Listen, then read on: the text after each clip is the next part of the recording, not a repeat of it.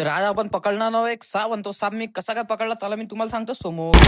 ते जय बोली मित्रांनो, आपला ताल जरासा लय खराब झाला केसाईच्या म्हटलं आपण पहिले केस वगैरे कापून येऊया. अविदाच्या दुकानात तर आलो आपण, पहिल्यांदा एवढी गर्दी कमी दिसली ना, म्हटलं जमलं बा आपला नंबर आता कसा नाही कसा लवकरात लवकर लागून जाते. त्यानंतर मस्तपैकी अविदानं आपली कटिंग वगैरे दिली करून. मी सांगा बरं आता तुम्हाला कसं दिसून राहिलं, तर मी तर पक्का झांबलाच दिसून राहिलो. त्यानंतर मी निघालो सरळ सरळ घरी जाण्यासाठी. घरी गेल्यानंतर मला लागली होती जोरानं भूत. मस्तपैकी आंघोळ वगैरे करून मी आलो लकी तर दुकानात, इथं नाश्ता वगैरे केला आणि तिथून आपल्याला लिहायचं होतं प्रॅक्टिकल. मग प्रॅक्टिकलच्या बुका वगैरे घेतल्या. घरी आल्याबरोबर मी पहिले प्रॅक्टिकलच लिहायला बसलो ना. मग काय भाऊ तिथं थोडंफार प्रॅक्टिकल वगैरे लिहिलं. तिकून आपल्याला जायचं होतं व्हिडिओ वगैरे काढण्यासाठी. मग व्हिडिओ वगैरे काढून डायरेक्ट आलो मी लकीदाच्या दुकानात. लकीदाच्या दुकानात सचिन दादा आलेलो. त्यानं मला हातात हा छोटासा साप देऊन दिला. मी एवढं भेलो ना, मला वाटलं पहिले खेळणं आहे की काय. नंतर त्या सापाला मी पकडून पाहिलं तर ओरिजिनलच होता. अरे बापरे बाप, म्हटलं एवढं साका पकडला तर होता, पण त्याच्या अंगात दम तर एवढा होता की त्या टेबलाच्या अंदर कसा नाही कसा बाहेर काढला. लकीदाने मी घेतो आणि त्याला हातात म्हटलं घे बाबा, मला की पकडता येते. आणि माझी तिथे चांगलीच फाटून राहिली ती. काऊन काय मी फाटून राहिली तर पहिले सचिन दादा हातात देऊन दिला. मी ते एवढं भेलो तो साप हातातून पडला. लकी दादा हातात तर असा खेळत होता की तो त्यानं वागवलेला जाय की काय. आणि हा भाऊ हा साप फक्त दिसायलाच छोटा होता, दिसायलाच फक्त चांगला होता. नाहीतर साप पण काय कमी पाहिजे नाही. एखाद्याला चावला ना तो जागी स्लिप होऊन जाते. विषय आड्या सापाचा.